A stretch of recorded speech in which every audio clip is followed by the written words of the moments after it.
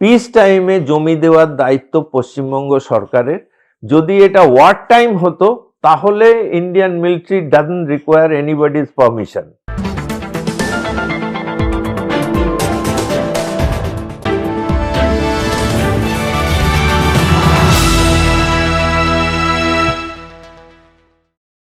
বাংলাদেশি উগ্র জাতীয়তাবাদীদের chicken snake কাটার হুমকি এবং অনুপ্রবেশ বিতর্ক ঘিরে উত্তপ্ত সীমান্ত রাজনীতি। শিলিগুড়ি করিডোরের কৌশলগত গুরুত্ব, ভারত বাংলাদেশ সীমান্তে নিরাপত্তা কাঠামো ও কেন্দ্র রাজ্য সমন্বয়ের বাস্তব চিত্র তুলে ধরলেন প্রাক্তন কর্নেল কুণাল ভট্টাচার্য। বাংলাদেশি উগ্র জাতীয়বাদীদের চিকেন স্নেক কাটার হুমকি কতটা গুরুতর বলে আপনার মনে হয়? ভারতকে কি কোনোভাবে প্রস্তুত থাকতে হবে এর জন্য? খুবই একটা হাস্যকর কথা তুমি জিজ্ঞেস করলে। এটা বাংলাদেশের জিহাদিরা যদি চিকেন নেক সম্পর্কে জানে, তো ইন্ডিয়ান আর্মিও জানে চিকেন নেকের গুরুত্ব কতটা। আমি 40-45 বছর আগে যখন আর্মিতে ছিলাম তখনও আমি জানতাম chicken neck is very important. Chicken neck 20-25 kilometre বা 27 কিলোমিটার ডিস্টেন্স নেপাল এবং বাংলাদেশের মধ্যে।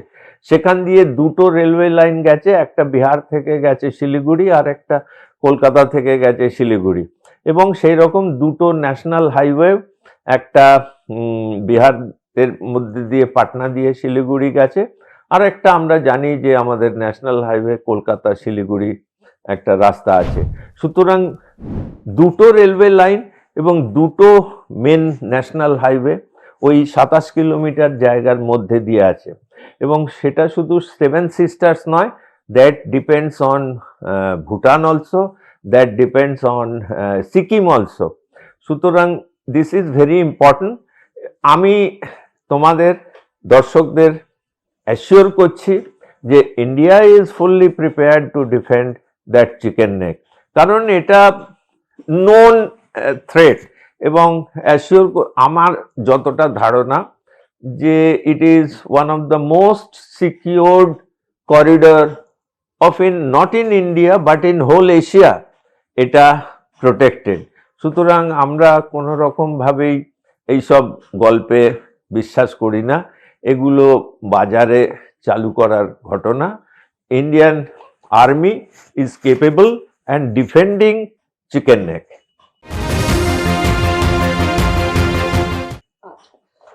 স্যার, 4000 কিলোমিটার দীর্ঘ ভারত বাংলাদেশ সীমান্ত ছিদ্রপূর্ণ, সেখানে সেনাবাহিনীর ভূমিকা কি? সেনাবাহিনীর এটা 4000 কিলোমিটারটা হচ্ছে টোটাল বাংলাদেশ এবং ভারতের বর্ডার। পশ্চিমবঙ্গে এটা 2200 কিলোমিটার। তো 2200 কিলোমিটারের মধ্যে 650 কিলোমিটারে এখনো ফেন্সিং করা হয়নি, এবং সেটাতে মেনলি ওয়েস্ট বেঙ্গল গভর্নমেন্ট জমি দেয়নি।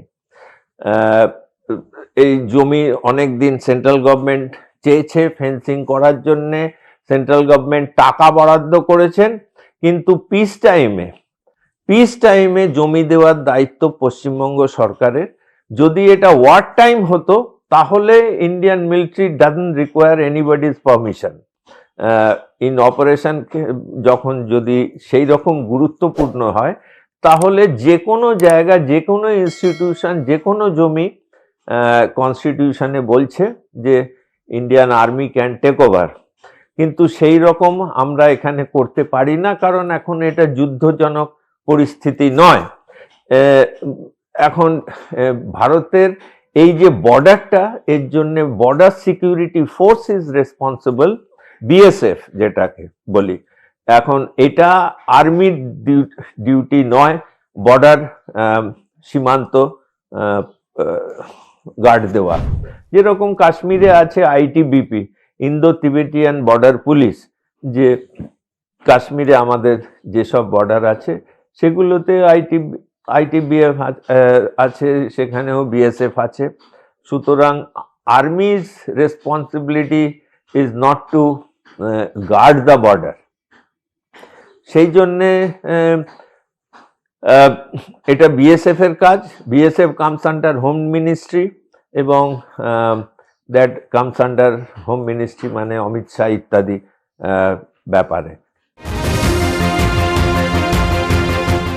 স্যার, এই যে কেন্দ্রীয় সরকার জমি দিচ্ছে না, এই স্টেট গভর্নমেন্ট, হ্যাঁ কেন্দ্রীয় নট কেন্দ্রীয় সরকার, স্টেট গভর্নমেন্ট, রাজ্য সরকার, রাজ্য সরকার যে জমি দিচ্ছে না, এই কথাটা বারবার উঠে আসছে বিভিন্ন জায়গা থেকে।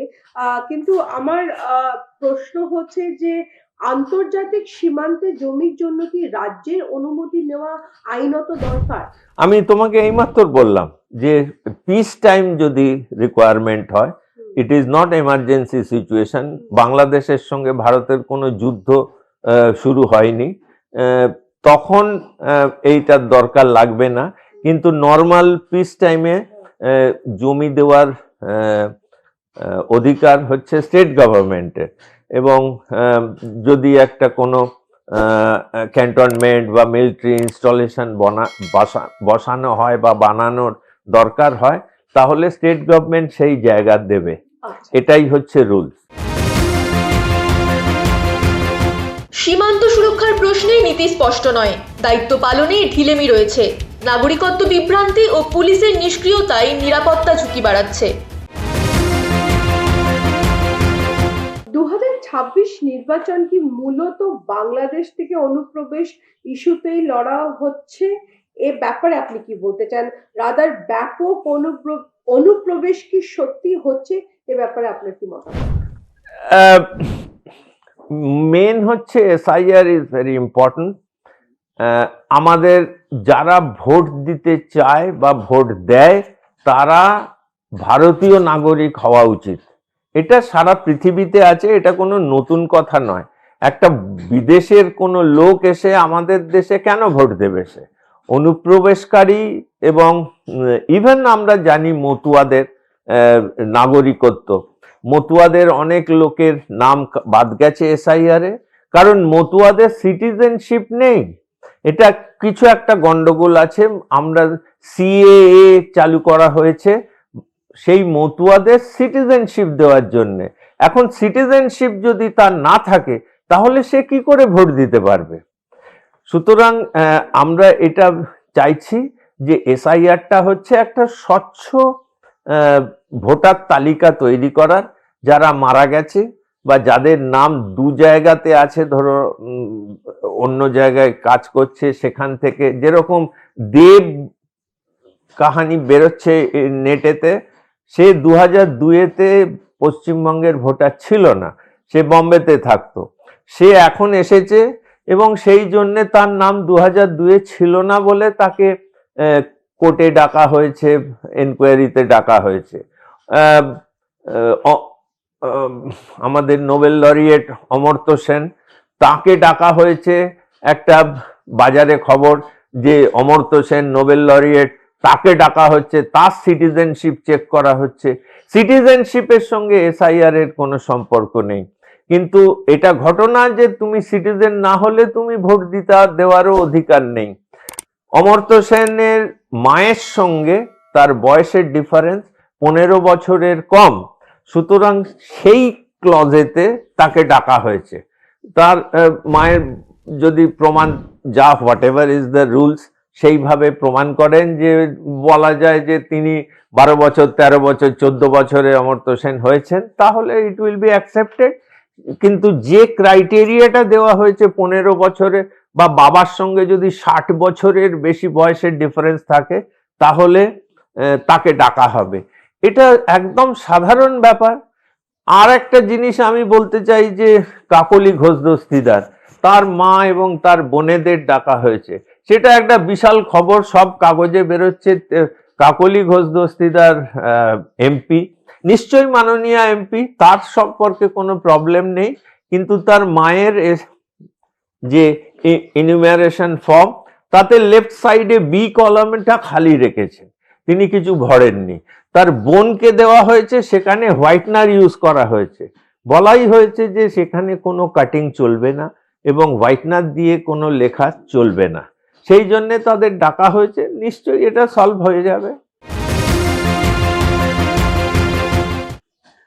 স্যার, অনুপ্রবেশকারীর ব্যাপারে যখন আমরা কথা বলছি, বিএসএফ তো রেসপন্সিবল যে অনুপ্রবেশকারীকে কোথা থেকে বর্ডার থেকে ঢুকছে বেরোচ্ছে, বিএসএফ তার জন্য রেসপন্সিবল। তো যদি কেউ ক্লেম করে থাকে যে অনুপ্রবেশকারী বা ভারতে ঢুকেছে বা পশ্চিমবাংলায় ঢুকেছে, সেখানে কি বিএসএফ এর উপর একটু নজরদারিটা করা হওয়া উচিত বলে আপনার মনে হয়? এটা একদম একটা জেনুইন কোয়েশ্চেন। তবে বিএসএফ, আমি তোমায় আগেই বলেছি, 650 কিলোমিটার ডিস্টেন্স আনফেন্সড, সেখানে বিএসএফ কে যদি 100 মিটার দূরে দূরেও লাগানো হয় তাহলে 12,000 লোকের দরকার শুধু গার্ড দেওয়ার জন্যে। এবং যদি 2 শিফটে হয়, মানে 12 ঘন্টা একটা লোক আর একটা 12 ঘন্টার লোক, তাহলে 24,000 লোকের দরকার।